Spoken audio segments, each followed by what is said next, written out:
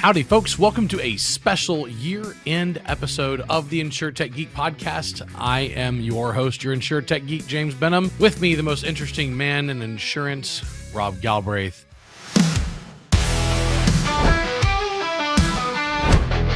The InsurTech Geek Podcast is all about technology that's transforming and disrupting the insurance world. We'll be interviewing guests and doing deep dives into specific tech we see changing the industry. We're taking you on a journey through insurance tech. So enjoy the ride and geek out.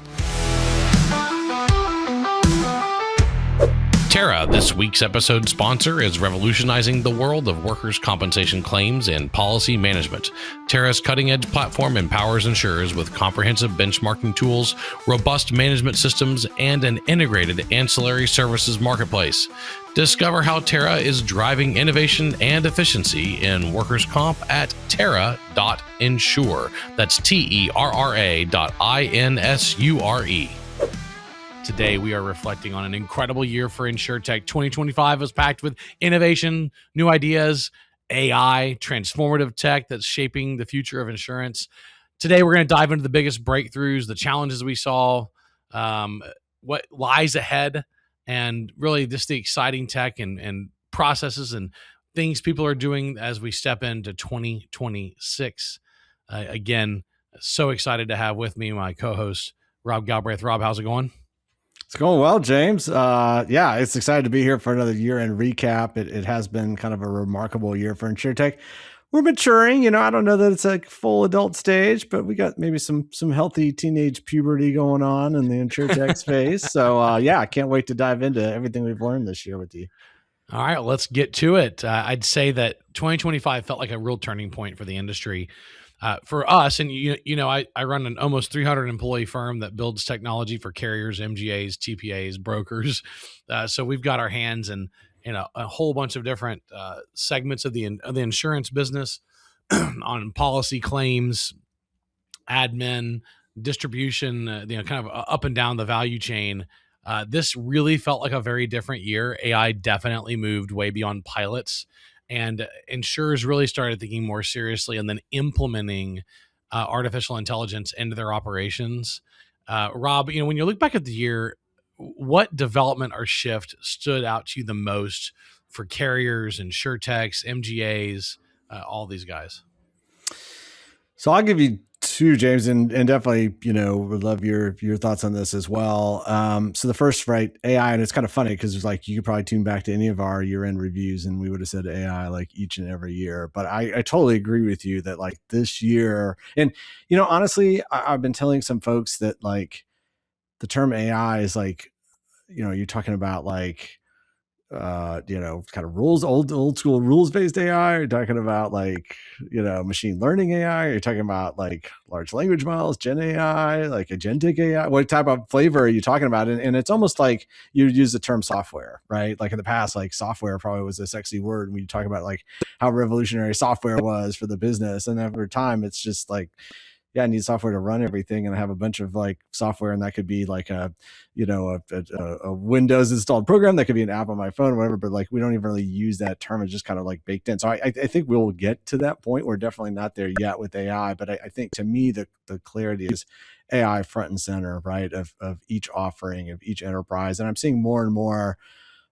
Use this kind of term like AI native, right? Or really leveraging the full capabilities of AI, not just like, we can build you a little nice RPA or whatever. So I think that, right, getting to the crux of like, the harnessing the full power of our recent developments. And obviously there's been, huge leaps forward in AI over the last 24 to 36 months. And I think now you're actually seeing that in offerings, right, coming to. And so I'd pair that with, I think we're now seeing more and more offerings that are what I would describe, the heart of insurance enterprises. And so that's going to be in your underwriting. That's going to be in your claims. It's not just opening up a new distribution channel. It's not just, being able to offer products online or offer, more niche products. And we saw obviously like a buildup of a lot of MGAs and competing in spaces that maybe, weren't attractive to some of the large players, right, in the industry, where you weren't trying to compete with them head on. Obviously, lots of discussions about Lemonade over the years, right, is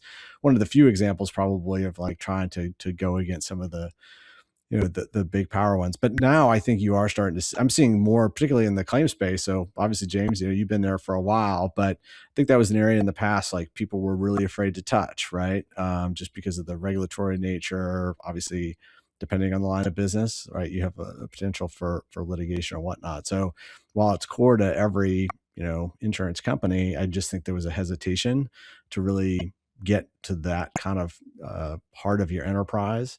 Same with risk selection and pricing. But now it's like you have to make that move, right? You cannot continue to work on old legacy systems. And obviously, I think people are getting fed up with some of those digital transformation efforts in the 2010s. And I won't name any companies out there, but I hear a lot of frustration out there with kind of what I would describe as, the standard offerings that have been out there for a while. So how about you? What have you seen? Again, you're more at the heart of this as somebody that's built the tech, that's talking to folks, that's selling tech, and you've got competitors, right? And people looking to replace what they have or have you augment. So yeah, what are you seeing and hearing out there? I'll say this.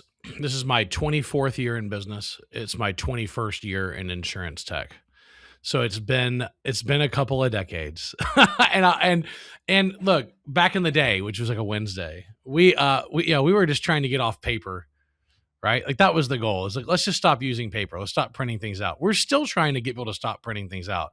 Might I add, I was at a client site a month ago trying to get them to stop using their printers. I mean, so we still have that going on.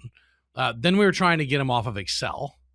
That is still well entrenched across the insurance industry. And then we were trying to get off of on-prem services and into the cloud. And now look, I'm seeing major movement, let's say versus 5 years ago, when some of the larger insurance companies still were holding out saying, we don't trust the cloud. Now they're in full tilt cloud deployment. And why that excites me so much. And of course, this is across my customer base, across my prospect base. At JBK, we do professional services for carriers, TPAs, brokers, MGAs, where we build bespoke solution custom. We work on all the systems. And, I have a separate company, Terra, that, is a core system for like smaller SIG, SIFs, and TPAs, primarily in work comp, but now we support commercial GL, commercial property, commercial auto for those small SIG, SIFs, TPAs that really need that, and small carriers. I mean, it's a really unique market. And what I'd say is that what I saw happening in the market is what customer preferences now are truly shifting to, where even in the smaller tier, which has historically been laggards on adopting technology. And I'm talking about single state carriers, single state TPAs, a SIF or a SIG, which is also single state. I mean, there's hundreds of those organizations around the country that insure a material percentage of the U.S. workforce on work comp, a material percentage of commercial property or general liability. So, don't rule them out, because they do matter, right? They're now saying, hey, we don't want to own servers anymore. We don't want to do this in Excel anymore. And so that is a major shift in the last couple of years, but in particular this year.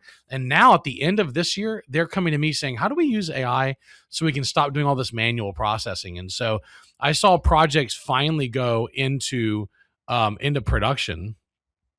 And that's major, because a year ago when we did our recap, we were still talking about lab projects, labs, pilots. Now it's full tilt implementation, where we're doing med record summarization on millions of med records. We're doing claim level summaries. We're doing policyholder level summaries. We're doing far more accurate predictive modeling to estimate the total incurred prediction of a claim, far more accurate machine learning modeling to help advise on pricing and on renewability of policies. Like remember, like human in the loop is still a thing. We still very much with the licensed human professional to make the final decision, but we've been able to roll out across our client base through our services and our products, a suite of service offerings that I never would have imagined. And I'll be honest, this year for me was a major year where I finally stopped saying, because I used to have to tell clients, we can't do that for some things. I hate saying it because I like saying yes to everything. I'm a big believer in yes and, right? Saying yes and here's the cost, here's the schedule. But before, sometimes clients would ask like, can we easily analyze a video? Well, yes. Actually, now we can. Can we easily analyze photos for fraud or for damage assessment? Well, yeah, actually, we can. Hey, can we read all the claim narrative when you're doing your recorded statements on a claim? And can we call out the keywords and then summarize it and then populate static field? Yeah, we can do that now. And before, I was like, that's really hard to do. Now I'm saying, no, it's kind of all possible. And that's a major shift for a technologist, saying, no, it's really anything's possible now. And then also a year ago, I'd say very few people were using AI to write code. And now everybody's using AI to write code. But there's still engineers driving the AI. And so that's the other really interesting thing is like, I think we have to look very closely at what the role of an engineer is in the future. And we're seeing that just like with the low code platforms that came out that were supposedly easy to configure, they weren't. That were supposedly going to eliminate coders, and they didn't. Because we ended up just providing staffing low code teams to our clients with the same engineers that were writing the custom code. I'll tell you this, big conclusion. I personally think most of low code is dead. In the next few years, because it's so much easier to use Cursor, Claude Code, and other tools to build custom solutions that you don't actually need a low code platform sitting in the middle, because these are really expensive. Like for a big carrier, a low code platform is going to run $250,000 a year just in licensing, and then you have to host it. And it's middleware, right? It sits in between the compiler and the user. And so I think that, if I were a low code company, I'd be really nervous. Whereas, you still need talent driving the agents and engineering the solution and responding to users, but it's just a different role. So we're having to continue to evolve the roles up.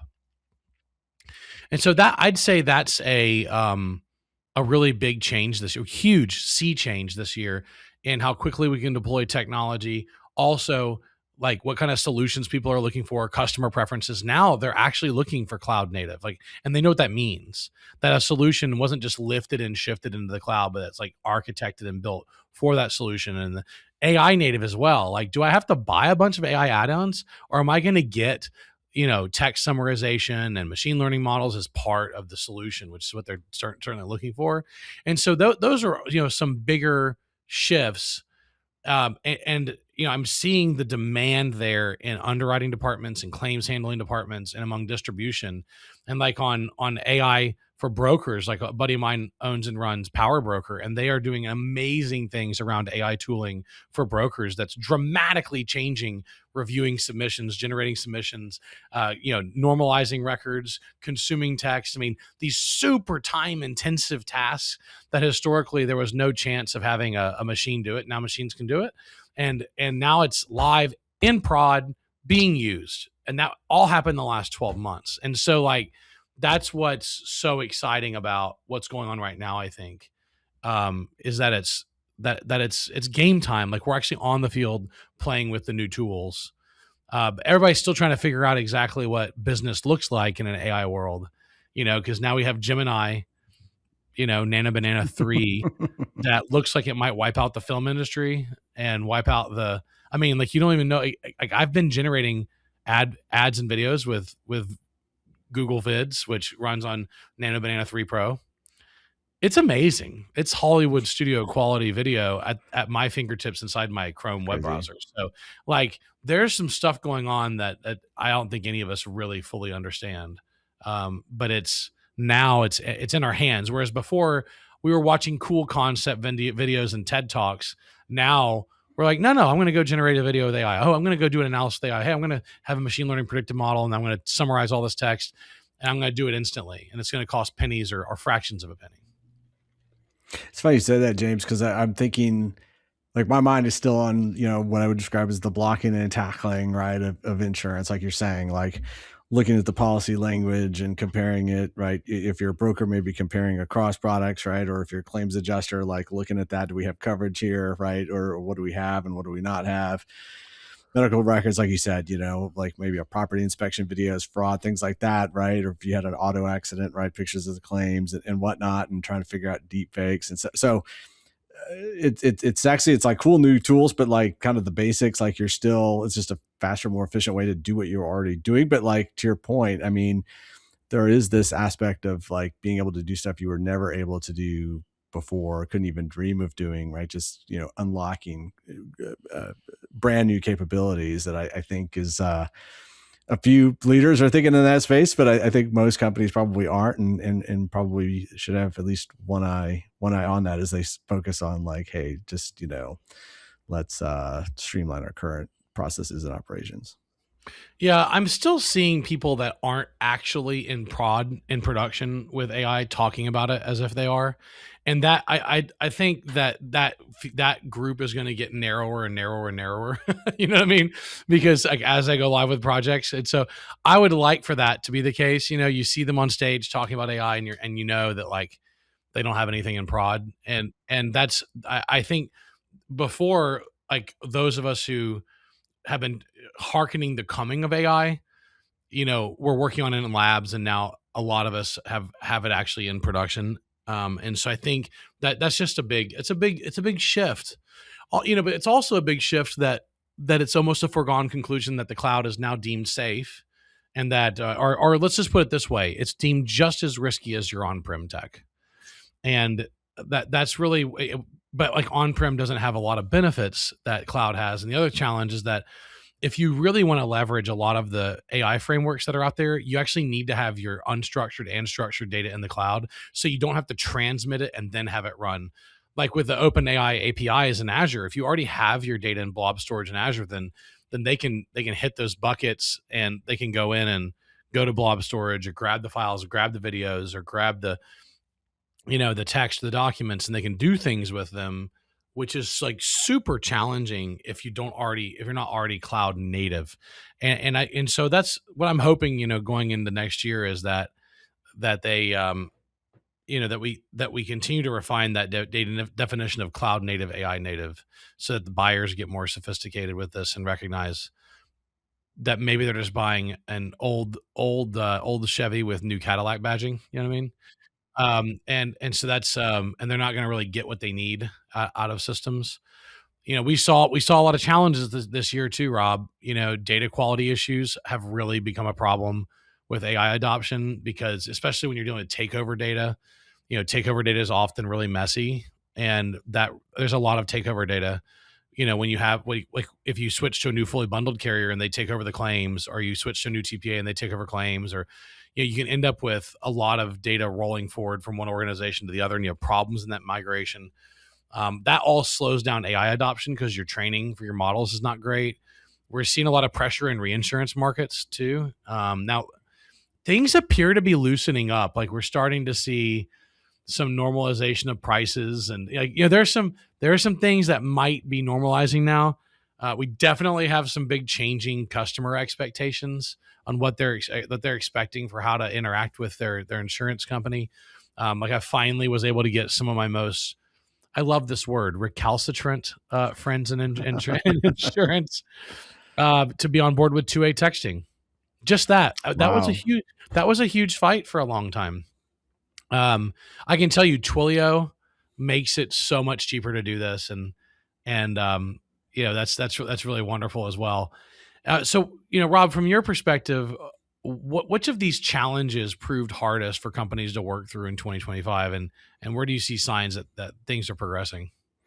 So definitely like the business challenges. I mean, you mentioned reinsurance, right? And I know a lot of people have put a lot of rate kind of into the system, and they're just now starting to kind of, get right what they think is an appropriate rate. And there's been like some legislation fixes. Like I think about Florida in particular, right, where the insurance market's gotten a lot healthier with some of the reforms. At the same time, I could tell you, like, I was just at a conference last month where they were just talking about the plaintiff's bar, right, and like they're taking private equity money, like, so they're benefiting from these technological, and they're just getting bigger and better. I mean, that's all I see kind of on TV now. I'm a big sports fan, so it feels like it's either a plaintiff's attorney or an insurance company, right? To replace the beer and the car ads almost entirely, it seems like. So definitely a lot from that. But I would say from a technology standpoint, you mentioned data quality, and I would say just to your point, like leveraging the unstructured data part where they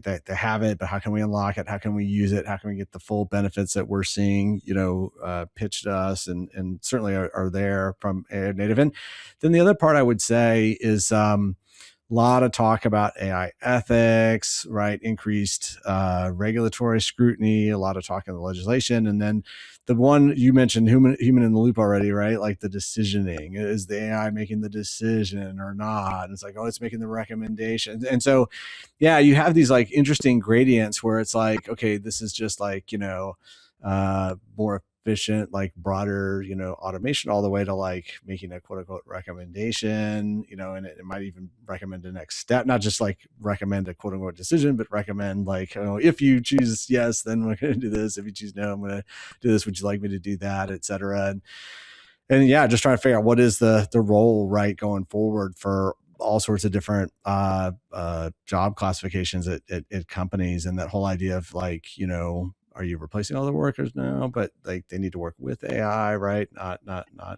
Or if they don't work with AI, they may be replaced by AI. Things like that. So I think it's like the new normal. How do we come to grips with this? Like, we're seeing the tech. We're starting to believe the tech. We're going beyond, like you talked about, like actually moving into production. So as a former innovation leader, I had tons of those kind of what I call the misfit toys, where we do some type of pilot. It's partially successful, but the business doesn't want to like take over, start being the bill payer. Like to me, that was the ultimate success. Get off the innovation budget. Like now it's part of your, operation budget, or you funded at a project level if we're going that way, right? It's part of the capital allocation. But yet for like, okay, you decided the business, you're not willing to take over, you're not moving forward. Well, we're going to unplug and, then all the users are screaming, no, we have to have this. We can't go back to the way that we were doing it before. And so we ended up kind of in maintenance mode, which obviously is not what you should be doing on your innovation team, but we were kind of keeping a lot of things on life support for way longer than they needed to be, because we were kind of in this, mushy middle and in between. But yeah, so I think a lot of concerns about both the implications internally, right? Change management's a big part of this, the communication, fears, right? And obviously if you're not proactive with your communication to your employees, to your customers, et cetera, like you are going to, stir up, right? People are going to fill in the void with whatever they come up with. But at the same time, I think this concern about like almost like another shoe to drop or transparency, right? It's kind of the one big, why is the AI making this decision, or how is it doing what it's doing, and getting away from a lot of those like black box, I guess that was 10 years ago. We were kind of, oh, hey, I don't have to worry about the details. Well, now like everyone wants to get into the nitty gritty. So I think still coming to grips with what our new AI reality means for all of us. Yeah. I mean, black boxes aren't really welcome by regulators. I'll say that. And that's why even summaries need to be approved by licensed adjusters, so they can actually review the summary and approve it. Suggestions have to be reviewed and approved. I mean, everything, we got to keep humans reviewing this data so that you can't just turn it wild on your information and let it go make decisions or let it fully automate, because there has to be a review process in place. So I think that's really an important phase. This year I learned, that the hardest part of all these implementation projects, whether it's two-way texting or record summarization or claim summarization or, the reserve prediction, risk prediction. I've worked on all those projects in the last 12 months. The hardest part is getting people to actually use it still. Honestly, that is still by far the hardest part. And it's like the last 5% of the project, and it's like 60% of the effort is getting to use it, to not flush it when they experience the first problem, to actually look at the items. You still have to pass the obvious test too. Like if you have reserve predictions, total incurred predictions, or you've got a risk recommendation, it has to be front and center on the screen where the user's doing that particular item. If you push it off screen to another screen, users still, they will not click on it. They will not go there. And so if you have reserve recommendations, or let's say you're in comp and you want an ODG reference model where you're showing the ODG data, or whatever it is, like it's got to be right there on the screen where you're setting reserves. Like it has to be like literally like 10 pixels above the screen. I mean, you've got to focus on user experience. You got to look at like, okay, is this 3 button clicks? Okay, how do we get it to 1? How do we get it to 0? Like that has to be like a really singular obsession. On all of our product suite and a lot of our client projects, we implemented Clarity, Microsoft Clarity, and it shows you it's a really amazing overlay tool that shows you a heat map of how your system's used, but it also shows you where users rage click, meaning they click it's so frustrated that they rage click. It also shows you where they dead click, meaning they click on things they think are links and they're not. So it shows you all the problems with the interface, and it also shows you any errors that occurred. What's been really interesting about this is we've been taking the Clarity data, connecting it to quality assurance people, and having them review it and then update the interface. And we've dramatically improved the user experience for adjusters and underwriters using that. Rather than interviewing them, just reviewing because Clarity records the session, and then so you can review the recording. It also, Clarity leverages ChatGPT and AI as well. So it'll actually summarize it and tell you where the problems in the interface were. And then you can actually use Cursor to code the corrections. It's really amazing. But the end of the day of all this iteration is the end of the day of all these iterations is like a radically better user experience. And that's been really, really, really positive. So let's move on to partnerships. You know, they were everywhere in 2024 and 2025. A lot of partnerships being announced, partnerships between tech companies and insurance companies, partnerships between insurance companies and tech first MGAs. The MGA market appears to have maybe cooled a little bit. Whereas like, it was interesting because you mentioned Lemonade, and I went back and reviewed their stock price before the show, and they've had a massive rebound in their stock price, where, you know, they'd gotten down to like $5 a share. I mean, they were really down in the dumps for 3 years. And then all of a sudden you see them tick up to $83 a share as of this morning, which is a major uptick, you know, and you look at their 5-year high, you know, they got up to like $145. They're still about half of their 5-year high, but still they're climbing. But their revenue is 42% year over year. You know, they beat their EPS, they beat their revenue, but like, I still don't think they're profitable. And so I just wonder, you know, are they being rewarded for revenue growth? Like, you know, are they being rewarded for maybe not making as big of a loss as they were supposed to? Like, I'm trying to nail this down because I feel like the IPO market's pretty cool on this. And, you know, there were some prominent new carrier IPOs in Florida that were okay, right? Not setting the world on fire, but okay. So it feels like the market has cooled a little bit to this. And so I'm still trying to dial in like what the implications are. So like, yeah, because like Lemonade still has a negative earnings per share of negative $2.37. I mean, still losing money. And so I just wonder, like, how long are investors going to give some of this before they make money? Because like the core definition of an InsurTech is an actual insurance company that is tech first in every way, you know, and it's leveraging modern technology in a different process. But you look at the legacy carriers; they've all implemented a lot of these same processes and technology now. So I'm not sure if there's a clear definition between a legacy company that's just now spending billions of dollars on AI and automation and an InsurTech that still can't seem to make any money. And so I'm just trying to figure out, and I'd love to hear your thoughts on that, Rob. Yeah, no, it's a great question. And yeah, a couple of things. I mean, number one, right, we were kind of in that interest rate environment for almost a full decade, right after the great financial crisis of 2008. And I think a lot of that fed, right, fintech, then InsurTech, right, kind of the growth. then COVID hits, right? Then this focus on profitability, a lot of deleveraging. That was definitely a theme, a year ago that we really emphasized. And now it definitely feels like we're kind of, I guess, coming to a more like normal economy in the way that I'm reading and think about it in the insurance market. And yeah, some lines are doing better than others, but like, I don't know that this is as remarkable as like the last 15 years have been, which is kind of crazy to say that's been that long.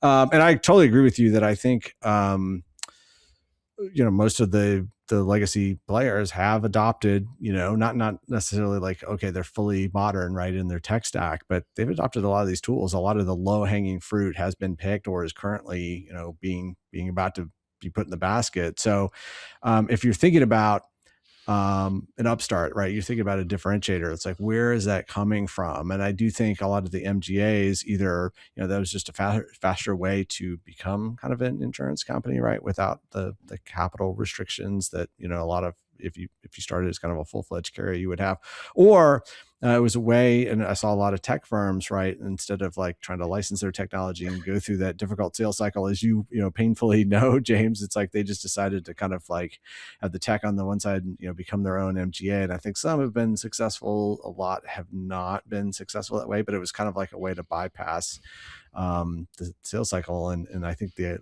was a mindset of there's an underserved aspect, right? And like I wrote about it in my book, right?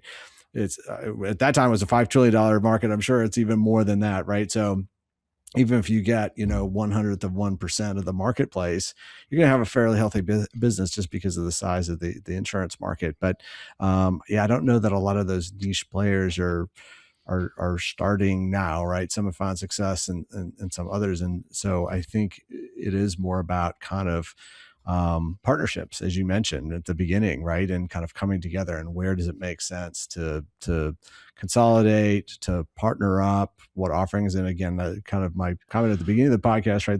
We're in the teenage years of maturity, we're growing up, right? And so we're starting to see some consolidation in the marketplace, not fully there, but it's not the wild west days that it was kind of 10 years ago when it really all felt kind of fresh and new, kind of 2015, right? And I think we'll continue to see that in the marketplace. So I think, the cream is rising to the top in some respects, and the market will continue to do so. Yeah, absolutely. Let's cover just who we got to talk to this year. Let's finish with that. We had some really wonderful episode. We started after last year's year in review, which by the way was almost the exact same day. It was December the 19th. It's currently the 18th as we record this, so we almost nailed it to a day. But we started with episode 153 at the beginning of January, and we went through functionally like 17 episodes that we had in this year. And we had I would just say we had amazing guests in 2024. We had equally incredible guests in 2025. We started out with Rohan Malhotra from Roadzen talking about the next generation of auto insurance. And then we moved to Ramona Tanabe from WCRI, that's the Work Comp Research Institute, talking about how their research is shaping the future of work comp. I've developed a whole new massive appreciation for what WCRI does this year, by the way, and some of the engagements I'm working on. Then we had Dr. Dan Carlin come on and talk about telemedicine technology, the future of care, and how you can, loss prevention. Hey, we want to prevent losses in the first place. We're going to put clinics on site. We're going to do all kinds of really cool stuff. Then we had Matthew Monson. Super eye-opening. I'm sure you remember this one because he was talking about the unethical practices threatening insurance claims, and it was just really eye-opening, wasn't it, Rob? Absolutely. Yeah. Like we talked about, just the plaintiff's bar, the vectors for, litigation, right. And regulation, it feels like they know no bounds as you kind of open up this Pandora's box. Yeah, Rob, I was in some meetings this week and I heard some more horror story. I mean horror stories about plaintiffs' litigation and what it results in, and even plaintiffs getting. It's just the stories are so wild it's almost hard to believe them. And there are some states that have some really challenging laws that have led to the need for a lot of technology around employment so that we can prove things. Really interesting. Then we had Bobby Collies on from Coterie talking about the Entrepreneur's Playbook because she's really was busy disrupting the insurance company from within at Coterie. We moved on to Preeta Sakaran from Unum. She was identifying the right pain points and keys to AI success. Moved on to Jason Gross, talk from TrueStage, talking about rethinking enrollment strategy and insurance. And then a very good friend of mine, Chris Griffith, came on. He's the president at American Coastal. He went from literally being a help desk worker, rose through the ranks in technology, became CIO, and then chief information officer, not chief insurance officer, and then became president over there. And he did a lot of work at American Coastal and Skyway. They've had some new product launches and releases, and they have a very tech-centric organization there. After that, we moved on to a good friend of mine, broker Brett Fulmer, talking about how tech is powering the modern agent. I really enjoyed that conversation. I know you know Brett as well. Yeah, very well. I think we got him on the new dad high as well. He was going on no sleep, all fumes. I don't know how many energy drinks he was panning prior to it, but the energy level was high with Brett. Yeah, and I've got him on. I talk to Brett regularly, and he's still on the new dad high. He still has a little kid. So if you're listening, Brett, love you. Glad you're out there. We then had Denise Olson from K2 come and talk about how analytics is rewriting underwriting. Really appreciated the conversation I had with her at a conference and brought her on the show to talk about that. We then had Frank Schmid from Gen Re, small company. Gen Re, talking about the intuition behind generative AI. I had my good friend from Ohio, Dean Fidel, come on from the Ohio Insurance Institute, talking about connecting people, policy, and progress. But they're dealing with some huge challenges in commercial trucking insurance that they have to provide, and that again driven largely by how litigious that industry is and how much technology they need to leverage there. Then I have my friend Stan Smith come on from Gradient AI, talking about predicting outcomes. And then the last four, I think, just were really great home runs with Matt Crum. He's the president, I believe CEO. There you go, over at Frank Winston Crum Insurance. Steve Capel, the CIO of Safety National, talking about the CIO lens on data and AI. And of course, Steve and I spoke at two different conferences in the last year together. My friend David Bell from Montana over at Alps, talking about and we talk about lawyers. They actually are the nation's largest lawyers malpractice insurance.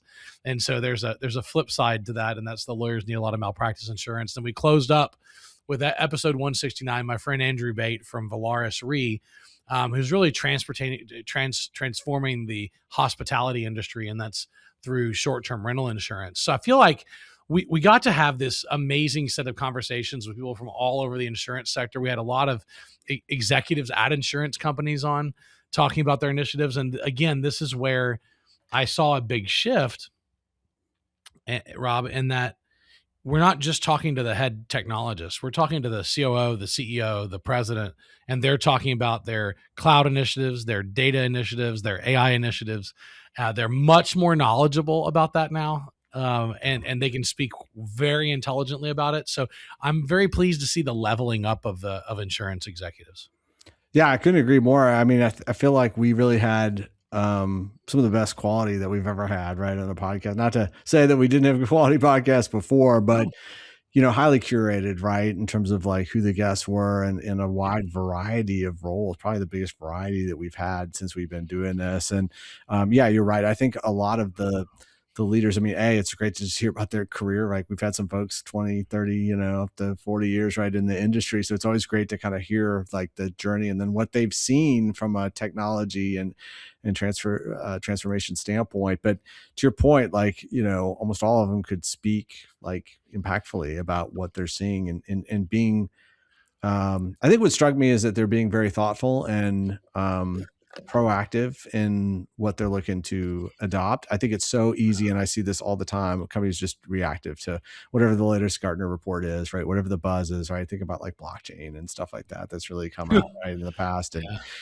I remember like, being ahead, like, I'm responsible now for all these mobile apps. Why do we have these mobile apps? Well, I don't know, but somebody said in 2016, we all, everyone's going mobile. So we just put out a couple of mobile apps real quickly out there. They have no functionality, nobody uses them, right? But we're spending resources to maintain, and nobody asks, like, does this actually make sense? Is this something our customers want? Right. So, yeah, I think, for folks, if you have any downtime during the holidays, it's a busy time of season, but go back, check it out. Maybe there's an episode that you missed or you want to listen back to, again, and there's just a lot of great information. You can check out the website to find some of the past ones, or go back through your feed for sure. Yeah. I'll definitely say the other thing in general, I watch a lot of AI news now. There's some great channels I follow on YouTube that do daily coverage of AI news because it's moving so fast. If you're not working with Gemini 3, please, please, please go work with it. Huge context window, incredible LLM. Nano Banana 3 Pro is amazing at images and video. There's just some crazy stuff with Veo. And Google, oh my gosh. They got caught flat-footed by ChatGPT, but they came out of the corner of that boxing ring and they punched a lot of people directly in the nose with Gemini 3. Go check it out. I would also encourage you to spend a lot of time inside of Azure and the Azure OpenAI API. Look at what Microsoft is offering. There's just some incredible stuff going on in the area of tooling right now. And the wonderful thing about an open arms race is that ultimately I believe the consumer wins. I do, because you're seeing Claude have to level up their game, ChatGPT leveling up theirs, Gemini 3 leveling up theirs. Of course, Meta is, don't leave them out. They're in the game as well.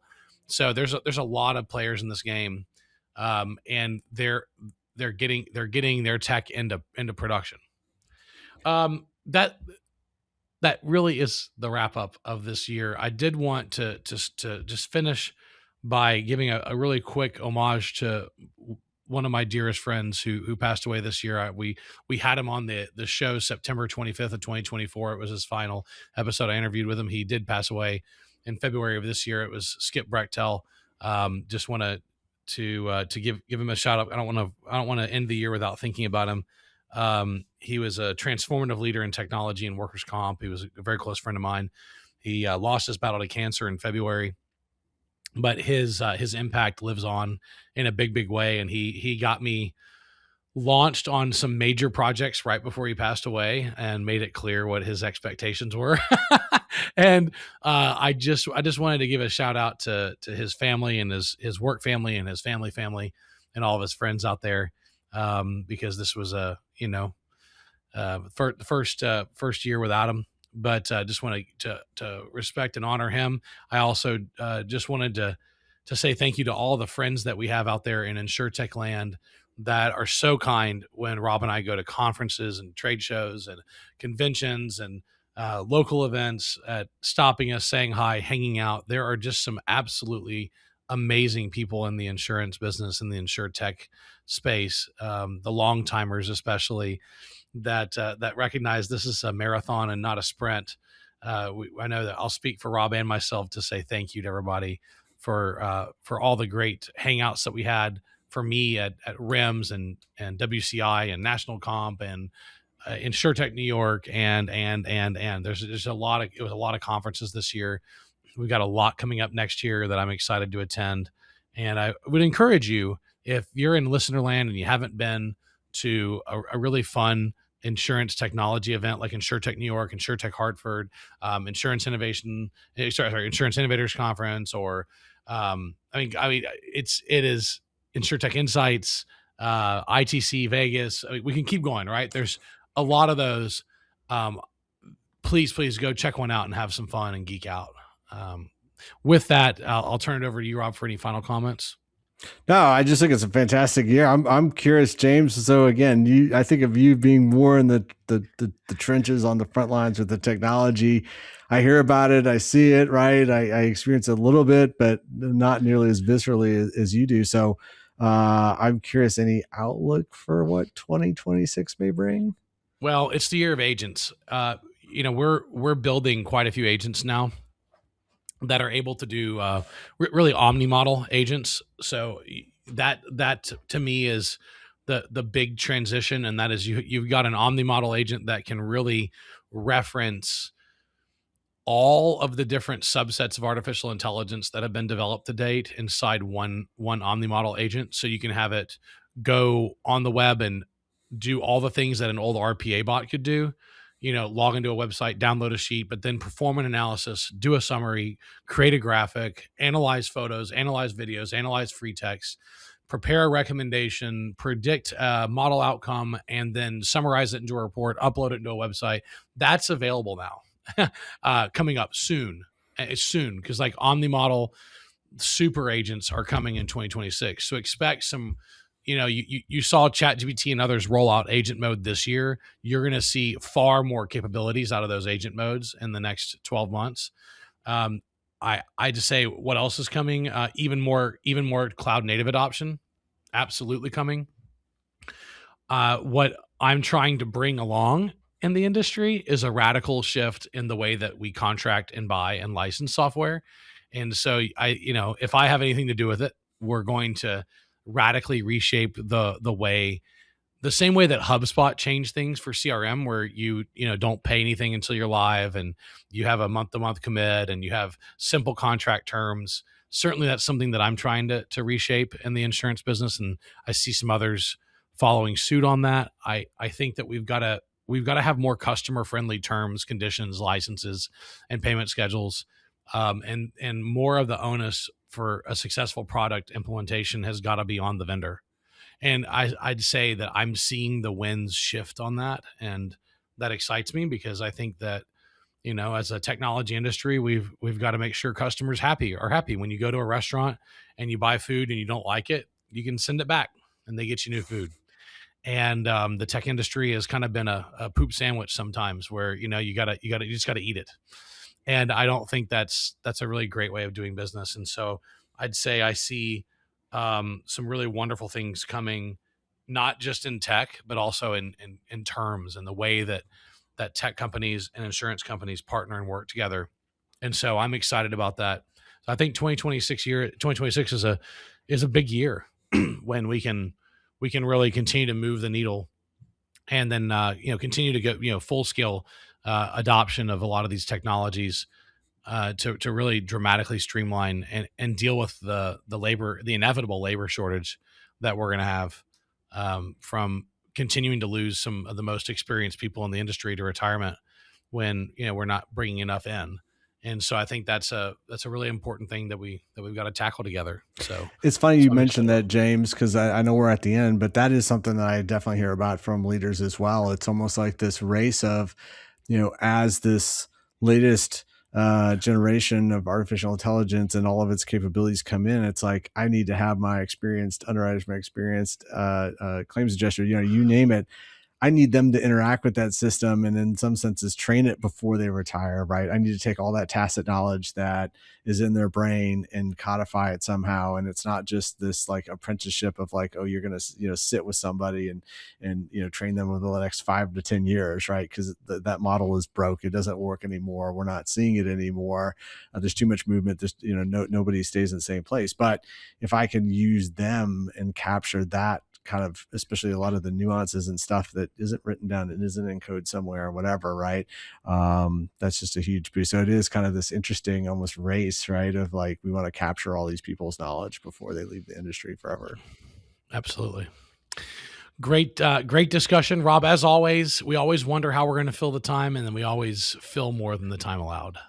So it's good to see you, my friend. And that this wraps up our look back at 2025 and what's ahead for 2026. Rob, always great having you here. Thanks for the insights, the energy, another year of incredible conversations, and most importantly, your friendship. Yeah, appreciate it, James. Always good to be your co-pilot.